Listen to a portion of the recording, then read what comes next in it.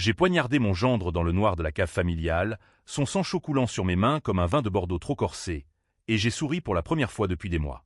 Ma fille, Élise, dormait à l'étage, ignorant que le monstre qu'elle épousait demain gisait déjà sans vie à mes pieds, son alliance de fiançailles encore tiède contre ma paume.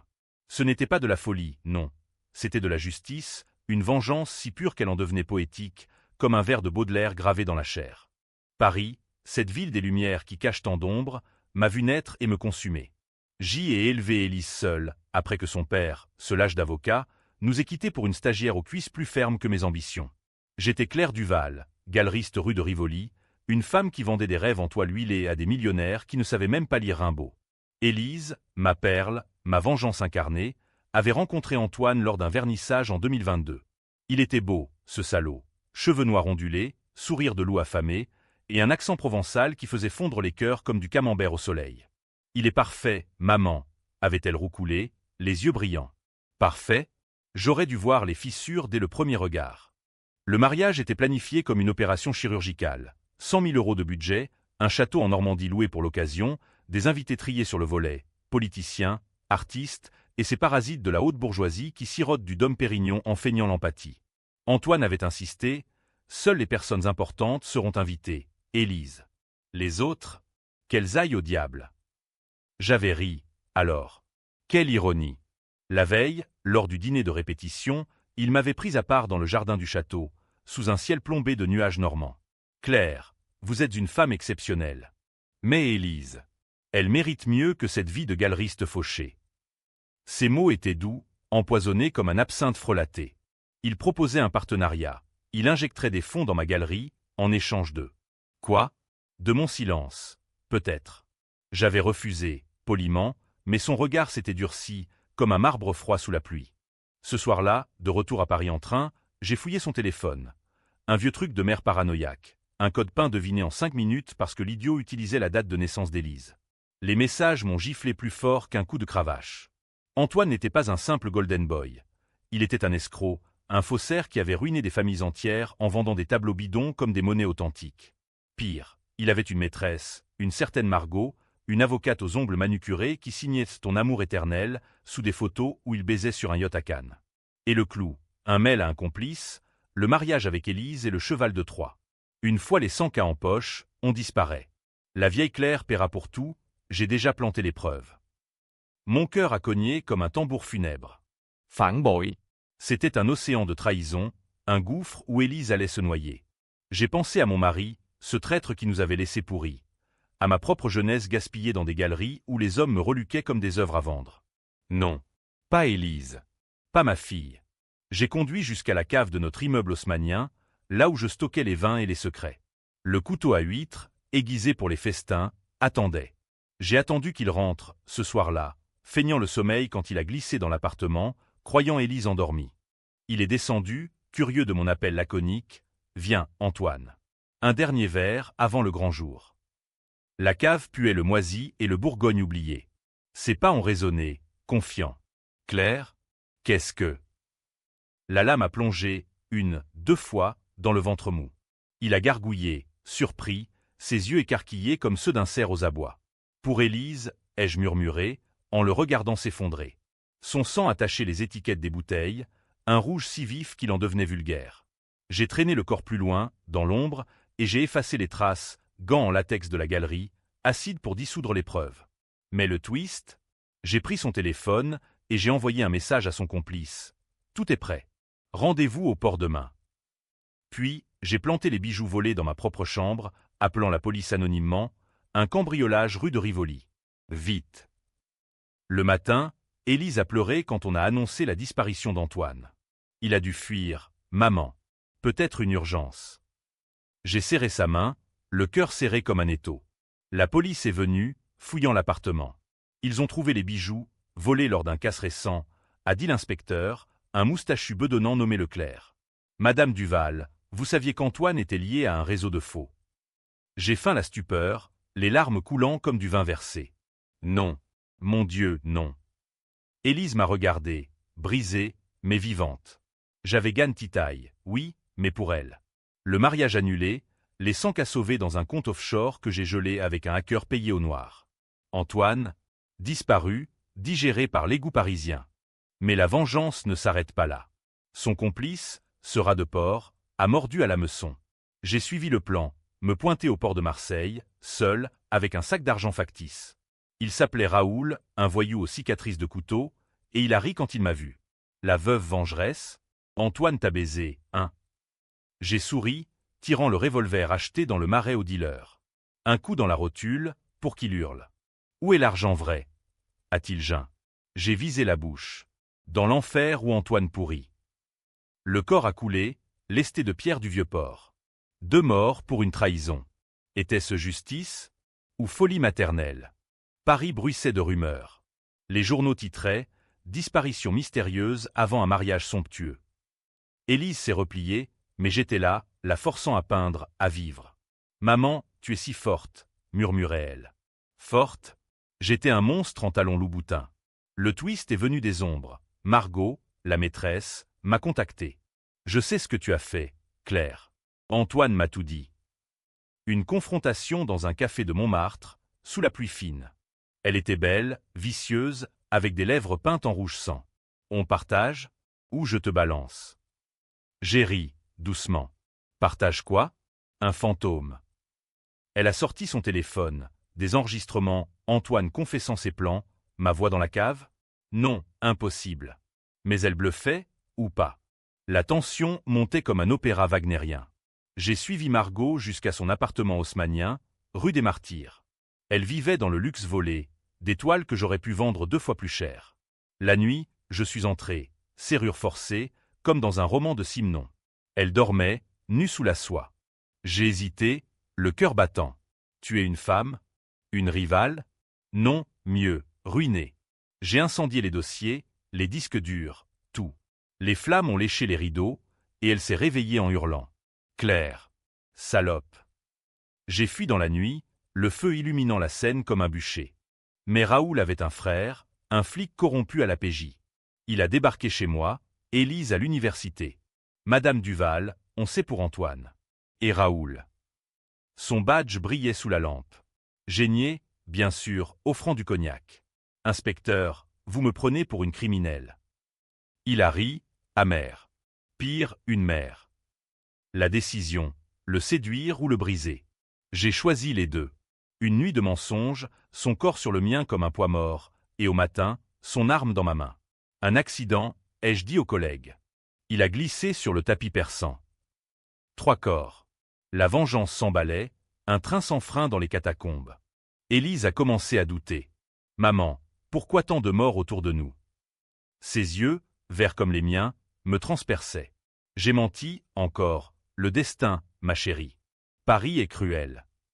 Mais le chaos Trao arrivait, lors d'une exposition à la galerie. Margot a surgi, le visage brûlé par l'incendie, un masque de haine. C'est elle. Elle a tué Antoine. Les invités ont figé, champagne en main. Élise a pâli. J'ai pris le micro. Antoine était un monstre. Il vous aurait ruiné, Élise. J'ai fait ce qu'une mère doit. Le silence, puis le chaos. Certains ont applaudi, vive la vengeance. D'autres ont appelé la police, meurtrière. La twist finale, alors qu'on m'emmenait menotter, Élise a murmuré « Maman, j'étais enceinte. » De lui. Le monde s'est effondré. J'avais tué le père de mon petit-fils, sauvé ma fille d'un piège, mais à quel prix? Dans la cellule, sous les néons froids de la santé, je souris encore. Était-ce héroïsme ou abomination? Les juges décideront, mais moi, Claire Duval, j'ai gagné ma paix. Ou mon enfer. Fin. J'ai poignardé mon gendre dans le noir de la cave familiale, son sang chaud coulant sur mes mains comme un vin de Bordeaux trop corsé, et j'ai souri pour la première fois depuis des mois. Ma fille, Élise, dormait à l'étage, ignorant que le monstre qu'elle épousait demain gisait déjà sans vie à mes pieds, son alliance de fiançailles encore tiède contre ma paume. Ce n'était pas de la folie, non. C'était de la justice, une vengeance si pure qu'elle en devenait poétique, comme un vers de Baudelaire gravé dans la chair. Paris, cette ville des lumières qui cache tant d'ombre, m'a vu naître et me consumer. J'y ai élevé Élise seule, après que son père, ce lâche d'avocat, nous ait quittés pour une stagiaire aux cuisses plus fermes que mes ambitions. J'étais Claire Duval, galeriste rue de Rivoli, une femme qui vendait des rêves en toile huilée à des millionnaires qui ne savaient même pas lire Rimbaud. Élise, ma perle, ma vengeance incarnée, avait rencontré Antoine lors d'un vernissage en 2022. Il était beau, ce salaud, cheveux noirs ondulés, sourire de loup affamé, et un accent provençal qui faisait fondre les cœurs comme du camembert au soleil. Il est parfait, maman, avait-elle roucoulé, les yeux brillants. Parfait? J'aurais dû voir les fissures dès le premier regard. Le mariage était planifié comme une opération chirurgicale. 100 000 € de budget, un château en Normandie loué pour l'occasion, des invités triés sur le volet, politiciens, artistes, et ces parasites de la haute bourgeoisie qui sirotent du Dom Pérignon en feignant l'empathie. Antoine avait insisté, seules les personnes importantes seront invitées, Élise. Les autres, qu'elles aillent au diable. J'avais ri, alors. Quelle ironie. La veille, lors du dîner de répétition, il m'avait pris à part dans le jardin du château, sous un ciel plombé de nuages normands. Claire, vous êtes une femme exceptionnelle. Mais Élise, elle mérite mieux que cette vie de galeriste fauchée. Ses mots étaient doux, empoisonnés comme un absinthe frelaté. Il proposait un partenariat. Il injecterait des fonds dans ma galerie, en échange de... Quoi? De mon silence, peut-être. J'avais refusé, poliment, mais son regard s'était durci, comme un marbre froid sous la pluie. Ce soir-là, de retour à Paris en train, j'ai fouillé son téléphone. Un vieux truc de mère paranoïaque. Un code PIN deviné en 5 minutes parce que l'idiot utilisait la date de naissance d'Élise. Les messages m'ont giflé plus fort qu'un coup de cravache. Antoine n'était pas un simple golden boy. Il était un escroc, un faussaire qui avait ruiné des familles entières en vendant des tableaux bidons comme des monnaies authentiques. Pire, il avait une maîtresse, une certaine Margot, une avocate aux ongles manucurés qui signait ton amour éternel sous des photos où il baisait sur un yacht à Cannes. Et le clou, un mail à un complice, le mariage avec Élise et le cheval de Troie. Une fois les 100 K en poche, on disparaît. La vieille Claire paiera pour tout, j'ai déjà planté les preuves. Mon cœur a cogné comme un tambour funèbre. Phản bội. C'était un océan de trahison, un gouffre où Élise allait se noyer. J'ai pensé à mon mari, ce traître qui nous avait laissés pourris. À ma propre jeunesse gaspillée dans des galeries où les hommes me reluquaient comme des œuvres à vendre. Non. Pas Élise. Pas ma fille. J'ai conduit jusqu'à la cave de notre immeuble haussmannien, là où je stockais les vins et les secrets. Le couteau à huîtres, aiguisé pour les festins, attendait. J'ai attendu qu'il rentre, ce soir-là, feignant le sommeil quand il a glissé dans l'appartement, croyant Élise endormie. Il est descendu, curieux de mon appel laconique. « Viens, Antoine. Un dernier verre avant le grand jour. » La cave puait le moisi et le Bourgogne oublié. Ses pas ont résonné, confiants. « Claire, qu'est-ce que... » La lame a plongé, 2 fois, dans le ventre mou. Il a gargouillé, surpris, ses yeux écarquillés comme ceux d'un cerf aux abois. « Pour Élise, ai-je murmuré, en le regardant s'effondrer. Son sang attachait les étiquettes des bouteilles, un rouge si vif qu'il en devenait vulgaire. J'ai traîné le corps plus loin, dans l'ombre, et j'ai effacé les traces, gants en latex de la galerie, acide pour dissoudre les preuves. Mais le twist, j'ai pris son téléphone et j'ai envoyé un message à son complice. Tout est prêt. Rendez-vous au port demain. Puis, j'ai planté les bijoux volés dans ma propre chambre, appelant la police anonymement, un cambriolage rue de Rivoli. Vite. Le matin, Élise a pleuré quand on a annoncé la disparition d'Antoine. Il a dû fuir, maman. Peut-être une urgence. J'ai serré sa main, le cœur serré comme un étau. La police est venue, fouillant l'appartement. Ils ont trouvé les bijoux, volés lors d'un casse récent, a dit l'inspecteur, un moustachu bedonnant nommé Leclerc. Madame Duval, vous saviez qu'Antoine était lié à un réseau de faux. J'ai feint la stupeur, les larmes coulant comme du vin versé. Non. Mon Dieu, non. Élise m'a regardée, brisée, mais vivante. J'avais gagne titaille, oui, mais pour elle. Le mariage annulé, les 100 K sauvés dans un compte offshore que j'ai gelé avec un hacker payé au noir. Antoine, disparu, digéré par l'égout parisien. Mais la vengeance ne s'arrête pas là. Son complice, ce rat de porc, a mordu à l'hameçon. J'ai suivi le plan, me pointer au port de Marseille, seul, avec un sac d'argent factice. Le Mistral soufflait fort, portant l'odeur de sel et de trahison. Marseille, cette ville de contrebandiers, m'accueillait comme une vieille amante jalouse. Raoul était là, adossé à un conteneur rouillé, cigarette au bec, yeux plissés contre le soleil impitoyable. La belle-mère, Antoine t'envoie pour le fric. Son rire était rauque, comme un moteur diesel qui cale. J'ai posé le sac, feignant la peur. Il a dit que c'était la part de Claire. Pour le silence. Il a ouvert le sac, vu les coupures de journaux froissés, et son visage s'est tordu. Espèce de chienne. Où est l'argent? J'ai reculé, le revolver, un vieux manurin hérité de mon père, collectionneur d'armes, pointé sur sa poitrine. Le coup de feu a claqué, un écho dans le ventre du porc. Pas mortel, non. Juste la rotule, pour qu'il rampe comme le ver qu'il était. Raconte-moi tout, Raoul. Depuis le début. Il a jeun, le sang coulant sur le béton craquelé. Antoine l'avait recruté à Aix, pour falsifier des certificats d'authenticité. Margot était la tête pensante, l'avocate qui blanchissait l'argent via des fondations artistiques bidons. Le mariage, un appât pour les 100 cas d'Élise, et pour te faire porter le chapeau, Claire. Antoine détestait les femmes comme toi, fortes, indépendantes. J'ai appuyé le canon sur sa tempe. Et Élise. Il a ricané, malgré la douleur. Une conne utile. Mais le gosse qu'elle porte, héritier d'un empire de mensonges. Un gosse, mon esprit a vacillé. Élise enceinte, impossible, elle n'avait rien dit. J'ai pressé la détente, le crâne explosant comme une pastèque trop mûre. Le corps a glissé dans l'eau noire, nourri aux poissons du vieux port. De retour à Paris, j'ai confronté Élise, doucement, autour d'un thé à la menthe. « Ma chérie, es-tu » Elle a rougi, les mains sur le ventre. « Oui, maman. 3 mois. Antoine est si heureux. » Heureux? Dans la tombe, peut-être. Les rumeurs enflaient comme une marée montante. Le Figaro titrait « Fiancé volatilisé, scandale avant noces de rêve ». Les invités annulaient, réclamant remboursement, mais j'avais tout verrouillé.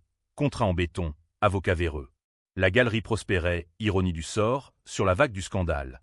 Venez voir les toiles qui ont inspiré un crime. Les clients affluaient, snobs et curieux. Mais Margot rôdait. Un appel anonyme, je sais pour le port, Claire. Rendez-vous au Louvre, midi. Le Louvre, temple des arts volés, parfait pour une confrontation. Midi sonnant, sous la Joconde, elle était là, tailleur Chanel impeccable, cicatrice naissante sur la joue d'une vieille chute de cheval. Tu as tué mon amour. Sa voix était un sifflement, venimeux. J'ai souri, feignant l'innocence. Ton amour? Un voleur, un menteur. Et toi, sa marionnettiste. Elle a sorti un dossier, photo granuleuse, moi dans la cave, flou mais reconnaissable. Un ami à Raoul t'a filmé. La police adore les mères meurtrières. Mon estomac s'est noué. Comment? Un complice caché? J'ai arraché le dossier, le déchirant sous les yeux des touristes. Prouve-le, Margot, ou disparaît comme lui. La nuit, l'insomnie m'a dévoré. Paris dormait, mais pas moi. J'ai fouillé les archives d'Antoine, volées avant sa mort. Lettre d'amour à Margot, plan pour un nouveau coup, une vente aux enchères truquées au draw. Et un secret plus sombre. Antoine avait tué un rival, un galeriste concurrent, en 2021, et fait accuser un innocent, un vieux restaurateur qui s'était pendu en prison. PHN Bianchène, un domino de mort. J'ai juré, Margot paierait. Le lendemain, j'ai engagé un privé, un ex-flic du 36 quai des Orfèvres, pour la filer. Elle baise un juge, madame. Corruption pure. Le piège se resserrait. Élise, gonflée par la grossesse, me suppliait « Maman, arrête de ruminer. Antoine reviendra. » Reviendra? Comme un fantôme de les revenants? J'ai ri, amer. La tension culminait lors d'un dîner familial, juste nous deux, dans notre appartement surplombant la Seine. Elle a avoué « Antoine m'a dit que tu le détestais, que tu étais jalouse. » Jalouse? De ce serpent? J'ai brisé un verre, le vin éclaboussant le tapis. Il te mentait, Élise. Surtout. Les larmes ont coulé, et pour la première fois, j'ai failli tout confesser. Mais non. La vengeance est une amante solitaire. La vengeance s'emballait, un tourbillon de mensonges et de sang. Margot, sentant le vent tourner, a contre-attaqué. Un article anonyme dans Le Monde, la galeriste et le fiancé fantôme, coïncidence suspecte. Les flics ont rouvert le dossier, Leclerc en tête, flairant la piste. Madame Duval, votre alibi pour la nuit de la disparition? Élise dormait, mais vous? J'ai haussé les épaules, cigarette aux lèvres. Je lisais Proust, inspecteur. À la recherche du temps perdu, ironique, non? Il a grogné, mais les preuves manquaient. Pour l'instant. J'ai décidé de frapper fort. Une nuit pluvieuse, j'ai suivi Margot jusqu'à son bureau, avenue Montaigne, où les mannequins défilent comme des ombres. Serrure crochetée, silence de cathédrale. Ses dossiers, contrat sale, virement à des paradis fiscaux et une lettre d'Antoine. Ma Margot, Élise est un moyen, toi l'unique. Une fois Claire ruinée, on s'enfuit à Nice, avec le gosse comme couverture. Le gosse. Mon petit-fils, pion dans leur jeu. La rage m'a submergé. J'ai arrosé les papiers d'essence, allumettes grattées. Les flammes ont dansé, consumant les secrets. Margot est arrivée trop tard, hurlant dans le couloir enfumé. Claire. Tu brûles mon empire. J'ai fui par l'escalier de service, le cœur battant la chamade, l'odeur de brûlé collée à mes vêtements comme un parfum maudit. Le lendemain, la presse hurlait, incendie chez l'avocate de l'affaire Antoine. Margot accusait publiquement, c'est elle, la mère hystérique. Élise, effondrée, m'a confronté dans la cuisine, le ventre rond comme une lune pleine. Maman, dis-moi la vérité. As-tu? J'ai menti, les yeux dans les siens. Non, ma perle. C'est le karma des escrocs. Mais le doute s'insinuait, poison lent. La police a perquisitionné la galerie, sauvant de justesse un Picasso suspect, ironie, un faux d'Antoine. Leclerc m'a menotté pour interrogatoire, 8 heures dans une salle au mur jauni par la nicotine. Où est le corps, Claire? On sait pour Raoul. J'ai ri, doucement. Le corps? Dans vos rêves, inspecteur. Comme les miens. Libérée sous caution, Élise avait vendu une toile pour me sortir. J'ai comploté le coup suivant. Raoul avait un frère, Thierry, flic à la BRDE, branché escroquerie. Il protégeait le réseau, touchant sa part. J'ai tendu un piège, un mail falsifié, RDV urgent, info sur Antoine, café de Flore. Il est venu, cravate de travers, yeux rougis par l'alcool. Madame Duval, qu'est-ce que... J'ai versé le poison dans son café, ciguë dilué, recette apprise d'un herboriste occitan. Pour la famille, inspecteur. Vous avez laissé un innocent crever pour Antoine. Il a convulsionné, bavant sur la table en marbre. Les serveurs ont paniqué. J'ai glissé dehors, anonyme dans la foule des touristes. 4 morts. La vengeance devenait addiction, un opéra tragique où j'étais à la fois soprano et assassin. Élise, sentant le vent, a tenté de fuir. Je vais chez tante à Lyon, maman. L'air de Paris m'étouffe. Je l'ai retenue, câlin maternel teinté de fer. Reste, ma chérie. Pour le bébé.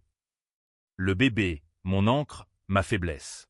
Le chaos trao approchait, l'exposition ombre et lumière, ma galerie bondée de snobs. Margot a surgi au milieu du vernissage, visage bandé, robe noire comme un corbillard. Arrêtez cette femme. Elle est une tueuse. Les murmures se sont tus, les flashs crépitaient. Élise, en robe de maternité vaporeuse, a blêmi. J'ai pris le micro, voix claire comme du cristal baccarat. Antoine était un serpent. Il vous aurait volé, Élise, et ruiné, moi. J'ai protégé ce qui compte, l'amour vrai. Le public s'est divisé. Applaudissements épars, libérez-la. La mère lionne. Et huée, monstre. Justice pour Antoine. Un verre a volé, champagne éclaboussant ma jupe. La police a chargé, mais Élise s'est interposée. Attendez. Laissez-moi parler à maman. Dans les coulisses, larmes et cris. Tu l'as tué? Pour moi. J'ai hoché la tête, brisé. Oui. Et je referai. Elle m'a giflé, puis serré contre elle. Idiote. J'aimais son mensonge. La nuit après l'exposition, Paris m'a craché comme un os rongé. Caché dans un hôtel borgne de Belleville, j'ai ruminé. La twist se profilait, ombre dans le rétroviseur. Un appel d'Élise. Maman, Margot est venue. Elle a des preuves. Un enregistrement d'Antoine te menaçant, mais altéré pour te faire passer pour la coupable. Altéré? Margot, la lisseuse de vérité. J'ai juré de l'achever. Le plan, la piéger dans son propre piège. J'ai contacté un hacker de la Sorbonne, un gamin au dread qui bossait pour des cryptos illégaux. Efface tout et plante des faux sur son ordi. Le lendemain, descente chez Margot. Elle était en rendez-vous avec le juge, amant et complice. J'ai écouté par la porte, cœur en furie.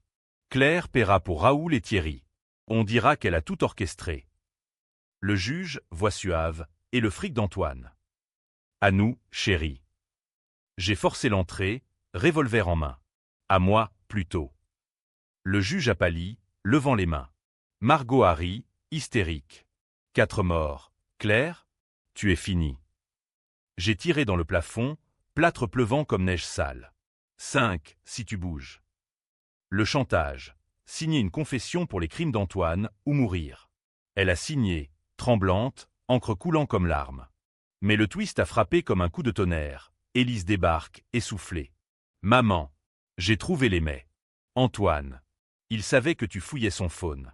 Il t'a piégé exprès, pour que tu tues et qu'il disparaisse avec l'argent, te laissant comme bouc émissaire. » Piégé? Par ce serpent? Il vivait? Non, le corps. J'ai douté, pour la première fois.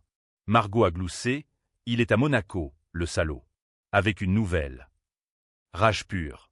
J'ai ligoté le juge, forcé Margot en voiture. Direction Monaco, nuit d'autoroute, phare crevant l'obscurité comme des yeux accusateurs. Monaco, casino et vice. Antoine était là, au bar du hôtel de Paris, en smoking, flanqué d'une blonde siliconée. Il m'a vu, sourire figé. « Claire, tu as tué Raoul pour rien. » J'ai pointé le gun. Pour tout. Élise, derrière moi, a hurlé. « Papa du bébé, tu nous as trahis tous. » Il a supplié, puis ri. « Seules les personnes importantes comptent, Élise. Toi, ta mère, des pions. » Le coup est parti, poitrine explosée, sang sur le marbre veiné. La blonde a fui. Margot a craché, meurtrière. Mais Élise a pris le gun. Non, c'est fini. Retour en France, chaos. La police nous arrête toutes. Confession en cascade. Margot balance le juge, Élise avoue la complicité passive. Moi, silencieuse, sereine. Le procès, cirque médiatique, divise la nation, héroïne maternelle ou psychopathe. Les féministes défilent pour moi. Les conservateurs hurlent à la décadence. Dans la salle d'audience du palais de justice, sous les dorures fanées de la République, j'ai affronté le monde. L'avocat général, un rapace en toge, a dépeint mon portrait. Claire Duval, traîtresse à la loi, a semé la mort pour un amour mal placé.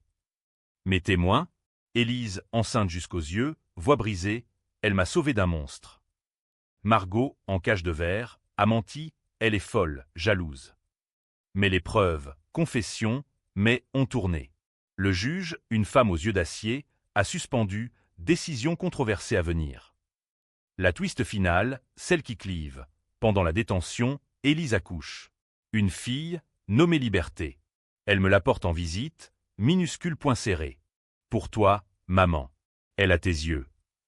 Le cœur fond, mais la sentence tombe. 20 ans, commuée à 10 pour circonstances atténuantes maternelles. Libéré conditionnel après 5, je sors sous un ciel parisien gris. Élise m'attend, Liberté dans les bras. Margot pourrie en tôle, le juge radié. Ai-je gagné? La vengeance a sauvé ma lignée, mais à quel prix? Les nuits, je rêve d'Antoine, son rire moqueur, seules les personnes importantes. Mais je suis importante, maintenant, grand-mère, survivante. Paris m'a mâché, recraché plus forte. Fin ou nouveau chapitre? Les lecteurs jugeront. La mienne est UAM, tendue, éternelle.